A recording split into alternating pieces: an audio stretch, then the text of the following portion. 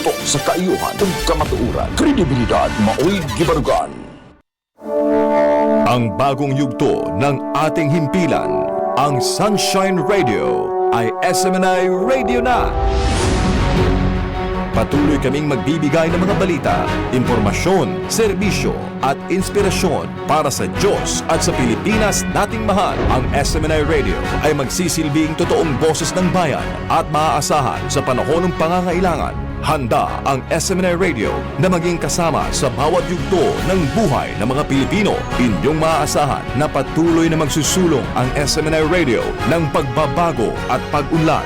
Asahan ang mas pinaigting at mas pinagandang mga programa na ihahatid ng SMNI Radio. Hindi rin mawawala ang mga programang magbibigay inspirasyon at pananampalataya natin sa makapangyarihang Ama sa pamamagitan ng kanyang hinirang na anak, Pastor Apollo C. Quiboloy. Tuloy-tuloy sa pagkikinig at panonood dahil sa SMNI Radio, araw-araw kami magsisilbi sa inyo. Maraming salamat sa inyong patuloy na pagtitiwala.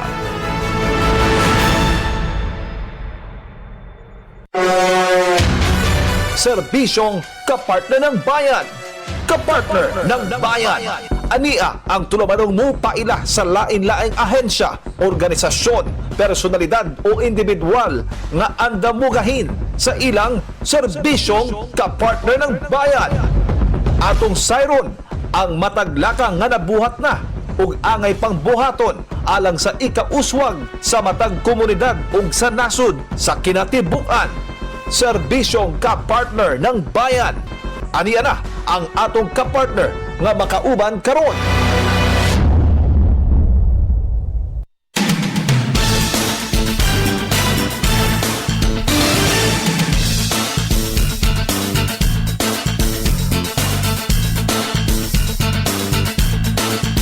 Good afternoon mga partners. Welcome sa atong programang Serbisyong Kapartner ng Bayan. Kamo namin sa atong CBN ng DYAR SMNI Radio Cebu, sa atong mga listeners, mga fellow Sugbuanon, mga fellow Bisaya. Kumusta tang tanan mga partners, no? Nanghinata na sa maayong kahimtang karon mga taknaan mga partners kay ang kauluhan karon ng Metro Manila, no? Padayon gyapon ang mga pagbaha nga ilang na experience karon mga partners, no?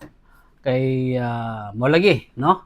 Ingon sila, kung nataron lang yun yung flood control, di yun mahitabo ning na-experience nato mga partners. Of course, diri sa Cebu, I think for the previous months, no, na-experience po nato ang grabe po ang pagbaha diri, kay diri-diritso ang pag-ulan mga partners, no. Silted na kaya atong mga rivers, no, ang atong mga canals, abot sa pay dapat solusyon ani mahitabo, no, kay padayon man gini siya, taga-tuig na lang gini siya, dili taga-tuig, halos panahon sa tag-ulan no, ani gid ang atong ma-experience mga ka-partners. But anyway, subo pa lang dungon, no, nga daghan tang mga fellow Filipinos nato nga naka-experience og mga di maayong kahimtang mga partners, labi na sa mga pagbaha karon diha sa kauluhan mga partners. Pasalamat na lang punta diri sa Cebu na okay ang atong weather karon, no. Init, tapos wala ka actually for the past few weeks murag okay man ang atong weather, no. Nay mga talagsaon nga mga pag-ulan, mga pinili lang nga mga pag-ulan sa area sa Central Visayas. But generally, okay ang ato ang sitwasyon, no, diri sa ato ang lugar mga ka-partners. O syempre, sa ato mga tigpaminawan, live ta karon, no, madunggan ta sa ato ang official Facebook pages, ato mga digital platforms sa DYAR SMNI Radio Cebu, sa SMNI Cebu Visayas, SMNI News Cebu Visayas, o ang atong kapartner ng bayan Facebook page mga ka-partners. Kini higala ka-partner Jim Ray Biosa, niya tudugayon mga ka-partners, no, kay ang atong makauban karon, no, walay lain mga partners ang atong Cebu Provincial Tourism Officer, walay lain mga partners si Ma'am Rowena Montesilio mga partners, og iyang gibutyag yang gi-share kanato mga partners, no, ang mga plano labi na sa umaabot karon nga aktibidad sa Kapitolyo mga partners in continuation, no, sa celebration nato sa 457th founding anniversary sa province of Cebu mga ka-partners, no. O gisaysay ni Ma'am Weng, no, ang atong Cebu Provincial Tourism Officer ang mga nagkalalayong mga aktibidad nga mahitabo karong August 29 mga ka-partners 2026, labi na kining ipahigayon mga ka-partners nga halad sa pagtuo 2026, no? Adunay procession, syempre in connection kini no sa ato ang religious heritage nga ang Cebu kabalo man gid ta, no? Ang sa history sa Cebu, at the same time ang atong festivities pod mga ka-partners isunod kini, no? Kining halad sa pagtuo presentation of festivals kauban ang pito, no, ka mga festivals diri sa Sugbo mga ka-partners nga mo participate mga ka-partners. So natudugayon kay ato madunggan, no, ang mga pamahayag ni Ma'am Rowena Montisilio mga ka-partners, ang atong Cebu Provincial Tourism Officer, kauban nato diri sa ato ang programang serbisyong kapartner ng bayan, kapartner ng bayan. Paminaw na to mga ka-partners ang iyang pamahayag. Hi Ma'am Weng, good day. Mayong buntay. Ma'am Weng, of course, the Provincial Tourism Office busy kayo, no, sa mga different activities in promoting our of course our tourism programs in the province, and we have this ginahulat yun sa mga Cebuanos karon, which is the halad sa pagtuo. Can you give us a brief profile of it, unsa ning halad sa pagtuo? Kaning atong programa, no, which is scheduled on August 29, ang halad sa pagtuo is a celebration. It's a celebration of faith, culture, and tradition. GovPAM wanted to bring the traditional na nga mga unsaon nato pag-celebrate kung naatay fiesta, because ingon siya kung dili ka moadto dito sa mga towns, di man ka kakita.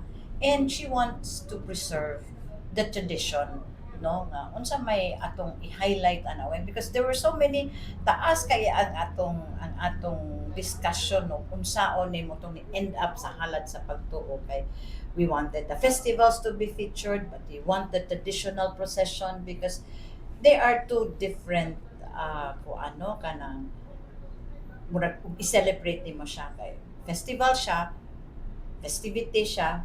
It's the exact opposite of the procession.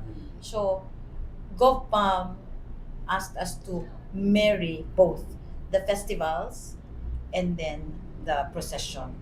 So muna, it is an offering, a thanksgiving for the blessings that we get, and at the same time, we in celebration atong i-preserve, ipakita nato nga this is still happening, no? And she wants to bring it to the city. All right, so muna ni ang ginahulat nato karon in preparation na ang atong Provincial Tourism Office as mo ginanguna ni ato ang preparation. So far ma'am, of course every event, every activities we have this theme. Say theme ang ato ang gina-aim karon.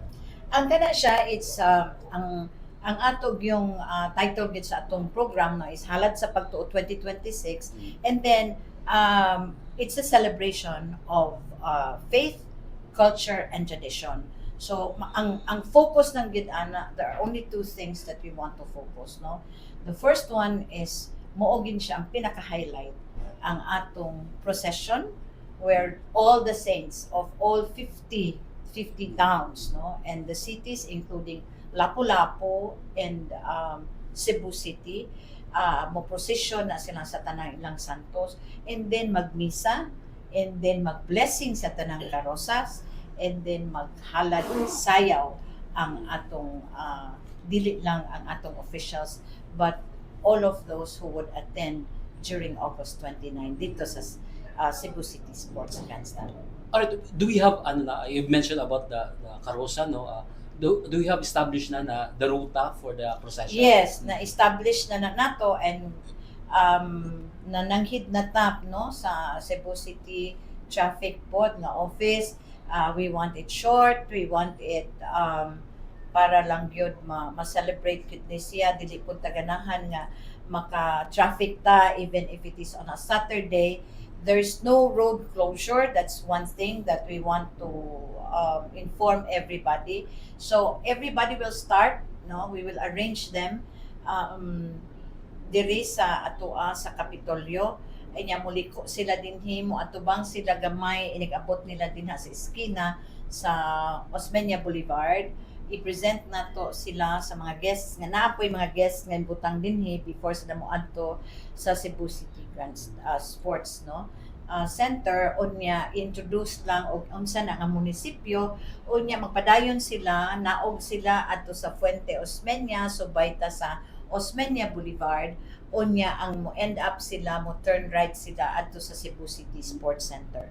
While they are doing the procession, nag-start na, there's going to be a pre-program there at the Cebu City Sports Center para sa mga tao nga atong pasudlon para maghuwat sa procession.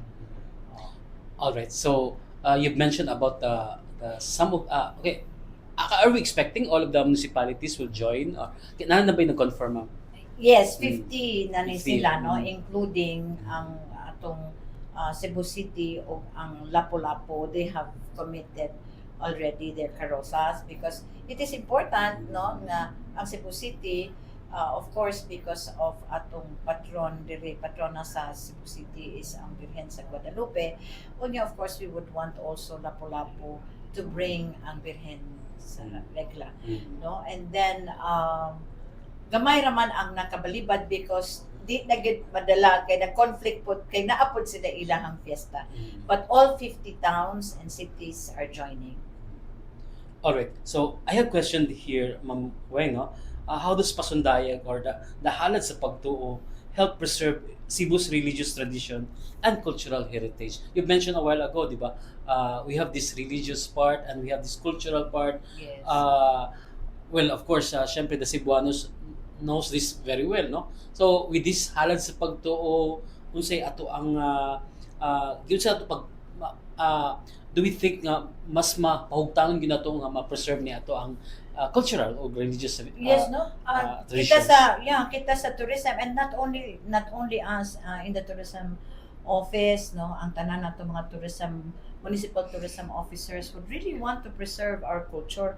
Importante man gud na why are we different from other countries? So we need to celebrate, we need to show that to not only to our foreign tourists but also to our young people, the younger generation who would not have the time to go to the towns and experience the traditional fiesta. We want them to see that this is how processions are done. There are priests there are mga biyatas there who would pray while doing the procession, and then what do you do when you are doing processions? You pray the rosary and all of that. So and when we said that we are going to marry it, because when you celebrate fiestas, dili man lang kay ang religious side raman pod, and we want that really preserved, because as I've said ganina, ingon si Gov nga ang akong gustong highlight gyud Weng ang procession gyud, because it's all about Thanksgiving. But let us marry, so let us have the merrymaking as well. Let us present the festivals, because all the towns in the province of Cebu have their own festivals, and so we want that also shown. And ang objective lagi is, for now it is a start, but we want to retain it, sustain it, to be able to have that every year, so that there's reason for people to come, and then we want to improve it as we go every year. All right. Curious lang ko, Ma'am Weng, siyempre mag-participate ang mga municipalities and cities nato. May I know say reaction nila, since we have this parang murag i-blend na to, we have these festivities and we have this procession. Are they excited na is it first time nga buhaton ni sa provincial government? Actually, we started last year. We called it Pasundayag sa Pagtuo. It was very simple but very solemn. The same, pero longer lang ang atong ruta that time because there was conflict in the use of the roads. But ang diferensya lang yun ani, is that we, as I've said, naa na siya sagol nga festivals na, but they are not allowed to do street dancing, no? Kay ang atong festivals will only do their dancing dito na sa city sports, no? Kay di mo raman siya bisag unsaon nimo pagtan-aw, how do you bury that nga na ay dito saba dito di pa ko man ay procession, or Yes. you know, it's not mura ba og di nimo siya ma-imagine. So ang ingon pag-intigov nga ang gusto niya nga highlight is ang procession, then having 50, at least 50 carrozas is good enough para mo highlight yun sa atoa ang procession. They were all excited because if you can see, kung wala lay conflict ang tulo ka munisipyo sa fiesta, they could have also joined this. So everybody is excited since last year, no? Because that was our first, and now second, atong second year natin siya naalay changes sa ato ang pangalan. Okay, you've mentioned about last year, no? We have this traditional music, chants, prayers, artistry, and heritage sa mga different communities nato or different municipalities. Unsa ang new cultural elements karon for 2026 na pwede na itong ma-look forward sa halad sa Pagto 2026? So it was only the procession last year, but now naingon si Gov na hala pangita din ha o kanang kinsa man nga among the towns and cities sa Cebu province ang gusto nga mo showcase sa ilang festival. So ato na siyang gisagutan. The first part will be the solemn celebration of the procession, the mass, and the blessing with the sayaw, no? Because everybody will be asked to dance as mura siya part sa ato ang Thanksgiving. The second part of the program will be the presentation atong pito na to ka festivals. And what's this 7 festivals nga mo present? Ang ato ang pasalamatan, no, sa kuan ang pito ka munisipyo o sa city, no, ang Sinulog sa Carmen will be presenting ang Tubak Festival of Bourbon, ang Bisnok Festival sa Dumanhog, ang La Torta Festival of Argao, ang Hinulawan Festival of Toledo City, the Gitab Festival of Naga City, and ang Kabkaban Festival of Carcar City. So all of them, more or less, there'll be 300 people, no, to do their dance and including their crew. So this is going to be exciting for everyone. All right, so exciting kaayo, no? And they will be performing after sa procession. Yes, mo na ni ang atong festivity nga side.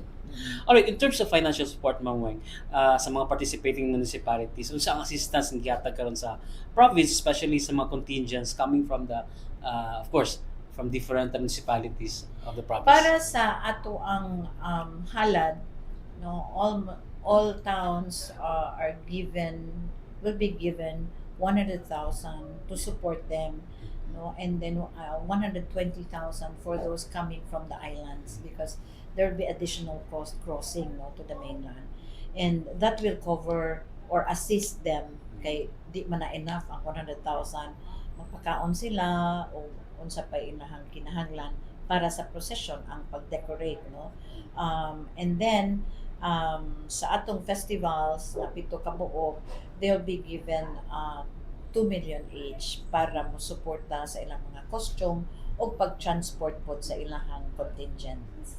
Okay, thank you, Ma'am Weng, no? Another question, of course, Cebu provincial government alone, Cebu Provincial Tourism alone, di mo gini mahimo kay we have also some partners, stakeholders. So, unsay mga role sa mga local communities nato involved or gi-invite nato aning parto to participate? Kami dakong pasalamat namo, no, nga of course si GovPam has always been very supportive, and we would like to thank her. This is a big step for a very small office, the Provincial Tourism Office, but we are likewise thankful sa ato ang mga communities, ang mga towns, no, nga magikan nga ready jud kaayo, always excited, always supportive of what we would want to happen to market, no. This is not only a celebration of the founding anniversary, but of course the long murag ibutang nimo ani ang plan ani gyud is really to sustain it. And so we would like to thank all the local chief executives and our tourism officers. We cannot do it without their cooperation. Of course, we would like to thank Cebu City as well because they have been very supportive of our kaning sa atong traffic, no? Ang atong mga traffic officers, and then of course ang atong mga medics, ang atong mga ibutang nimo motabang natong mga communicators, no? Sa karon sa ingon ani pa simple pa ni siya, but of course as we go bigger we would hope to have more partners as well. Of course we are also involving all the national government agencies. We're inviting them to see so that they can also help in promoting the festival. How about the Archdiocese of Cebu? Yes, we wrote to all the parish priests, no. Sa tanang towns nga 50 ka buo nga mo appeal, we wrote to the churches, no, and then for them to send their parish priest para this is also one highlight during the mass because all the priests will be seated there on stage because they will celebrate the mass, and then they will all go down and then bless their own carrozas and then dance also with all our officials. For our youth, Ma'am Weng, so how can they become more involved in preserving Cebu's faith, traditions, culture, and heritage? You've mentioned, of course, involved with yung mga kabatanunan sa performance. Di ba? Yes. So, sa pailahang nakita nimo nga maka-involve po sila aside from Well, for now, we want them to see and realize, no, that it is very important to preserve our tradition. As I've said, syempre, as they grow up, no, especially sa mga naa sa city, no, they have not seen really how processions are done, and I hope that when we start all of this, they will also have that more of the interest to really is this how it is celebrated in the towns. Should we go? We would like to encourage them para mo adto sila sa mga towns, no, nga makita gid nila og how it is celebrated during the fiestas. So, unsa ang pinaka-importanting message or experience na gusto ninyong imadala sa mga Cebuanos o mga visitors after witnessing it kining atong halad sa pagtuo 2026? We want them to celebrate with us first and foremost and do the offering, no, because this is more of an offering pang God, and we would want them to celebrate with us, and then probably if they can help us, because if this will come every year, no, if we will do this every year, I hope they will also be able to help us disseminate this information that there is such in Cebu City, no, a highly urbanized city, you can also see these traditions. So that is why we are bringing it to Cebu City. And beyond celebration itself, unsa ang long-term impact nga inyong gilauman sa pagsunda sa halad sa pagtuo in terms of culture, heritage preservation, and tourism promotion sa Cebu? Long-term plan is really to have a good event for this administration. Canisia is different from the rest because it is more of, how to preserve the tradition, the traditional way of celebrating fiesta. So we're hoping that this will be brought to you by this provincial government every year, no, para ma-remind ta sa ato ang pagtuo, because we are a Catholic country and it is very important that we celebrate and we thank, no, we offer our thanksgiving. So we would want to instill that even to the younger generation, and also for foreign tourists to see how we do it in the towns.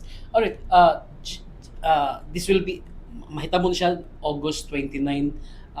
Unsay orasa, Ma'am Weng, sa mga gusto mo participate, mga walk-ins nga, especially procession kay Cebuano, traditional naman yun siya. So unsay angay buhaton sa mga fellow Cebuanos na to nga Nga mo gusto join. mo witness, Unsang orasa dapat sila mag Yes. Ang atong gates sa Abiliana, atong i-open, i-announce na to kung unsang orasa, no? Atong i-open, but definitely it will be before the 2:30 p.m. Procession nga mo start diri sa Kapitolyo. Probably by noon time we will open the gates already because wala ni siya bayad. This is free. We will distribute our passes no dito mismo sa Abiliana. Ang amo lang is we are finalizing our meeting sa safety and security group nato para dili in town ta magkuan dito, no, maproblema sa paglinya, no, on how we will manage that.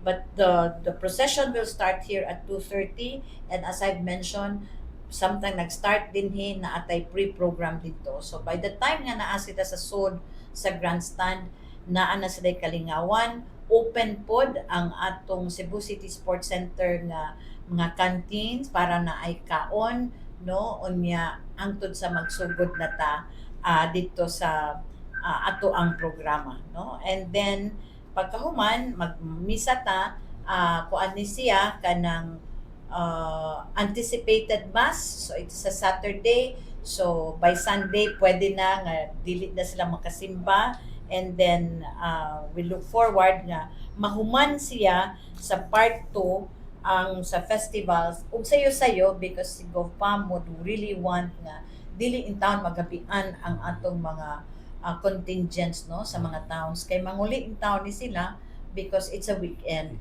and that is why we are thankful sa tanang towns nga mo appeal, no. It's a little sacrifice from them being a weekend.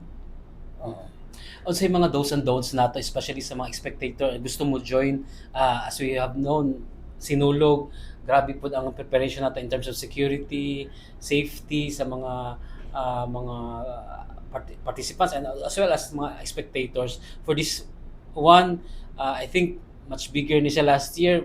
Unsay ato ang paymangno sa ato mga The usual nato, no, nga mga do's and don'ts, of course, para dili ta malangan sa pagpasulod dito sa grandstand, no. Ang ato lang is magdikay ta because we have asked the assistance of PNP, and then our security group as well here sa ato ang Kapitolyo nga para ta malangan in town kay ba man jud mo nga kapkapan gyud mo dito, o para di mo ma-set aside, di mo mailugan sa inyong lugar nga gusto mo ato dito because ato man gi-divide nga naagi para sa general public. So I think the usual gyud nga dili nang kita magdala og kanang mga dili gud pwede kay atong i-secure po ang atong not only our officials but the rest of the spectators. And finally, Ma'am Weng, unsa ang imong invitation sa atong mga fellow Cebuanos ug mga tourists, no? Of course, we have tourists, regular tourists here, basig ma-curious po sila, gusto sila mo join o mo witness sa mga plano mong tan-aw, no? Mo witness kining ato ang halad sa pagto 2026, Ma'am. Among panawagan, of course, no, sa tanang mga Cebuano nga gusto mo join nato, kindly lang yun, mag-apologize me if there are delays in the announcements because of course we would want to make sure nga atong announcement dili magkasayop-sayop in town. So we are posting it in our Facebook sa Cebu Provincial Tourism Office. Today, ang among panawagan is mag-post me sa ato ang program flow na, no. Naka-post na in town mi sa ato ang ruta unya kani karon ang schedule. Ang among last nga among i-promote na lang is ang ato i-announce is ang kanus agita mo open dito sa gate sa Abiliana. As I've said, it is free for everyone but it is limited, no, because naampod tay mga invited nga guests. So please come celebrate with us. If you do not want to go inside the Cebu City Sports Center, dirigikan sa ato as Kapitolyo padung dito sa Abiliana, makita ninyo, makakita gihapon mo sa tanang karosa kay mao man gyud ang iyang agian. And then we will have it live streamed as well for those who cannot go really, no, sa ato mga senior citizens, sa ato mga lola, mga mothers nato, mga fathers nga busy sa balay. please follow us sa Cebu Provincial Tourism Office o sa atong Cebu Province nga live stream puhon sa August 29, that is Saturday. Daghang salamat mga sa imong time ug may alright mako na mga partners no ang nahimong pamahayag ni Ma'am Rowena Montisilio ang atong Cebu Provincial Tourism Officer mahitungod sa upcoming na halad sa pagtuo 2026 karong August 29. So iya man gi-invite no base sa iyang pamahayag nga gi-invite niya ang tanang mga Sugbuanon, turista ang gusto mo join niining maong aktibidad karong August 29 mga partners na you can join, everybody is invited no, open ang Abiliana Sports Complex nga dito ipahigayon no ang showdown sa pito ka mga festivals no nga moapil mao kini mga partners no ang moapil sinulog sa Carmen, Bisnok Tuba Festival sa Bourbon, Bisnok Festival sa Dumanhog mga partners no ug apil pud ang La Torta Festival of Argao, Hinulawan sa Festival of Toledo, Dagitab Festival of Naga City, Kabkaban Festival of Karkar City mga partners. Dili kini siya contest no, presentation lang kini mga partners isip pagpahinumdom no sa atong cultural heritage mga partners diri sa Cebu. Isip of course kabahin kini sa founding anniversary. Abi ninyo 457th year na no ang probinsya sa Sugbo, dako na kay kahimuan sa atong history sa isip sa kanasod og syempre isip usab kasugbuanon nasayod man kita no kung sige giagian sa atong probinsya mga partner. So paglantaw lang kini no sa ato ang mga history mga partners mo nang gipahigayon nato ni kining halad sa pagto. Sama sa giingon ni Ma'am Weng, kini siya mahimo sa inspirasyon nato no sa labi na sa mga fellow Sugbuanon nga kining event nga ipahigayon mga partners no makapa-uplift no sa ato ang sense of unity no labi na kay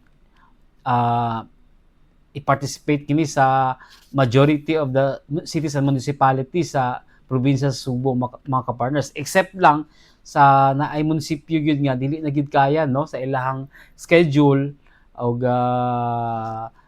nag-ask sila exemption no nining maong event mga partners. So sama sa ingon ni Ma'am Weng, invited ang tanan. So karong August 29 mga partners ipahigayon ang halad sa pagtuo. So mako na no ang gilagkuban sa atong programang serbisyong kapartner ng bayan karong adlaw sa atong episode mga partners ug salamat kay Ma'am Weng sa iyang mga staff no sa Cebu Provincial Tourism Office. Of course nakita po nato ang Provincial Information Officer si Ma'am AJ no uban pa mga staff nato diha.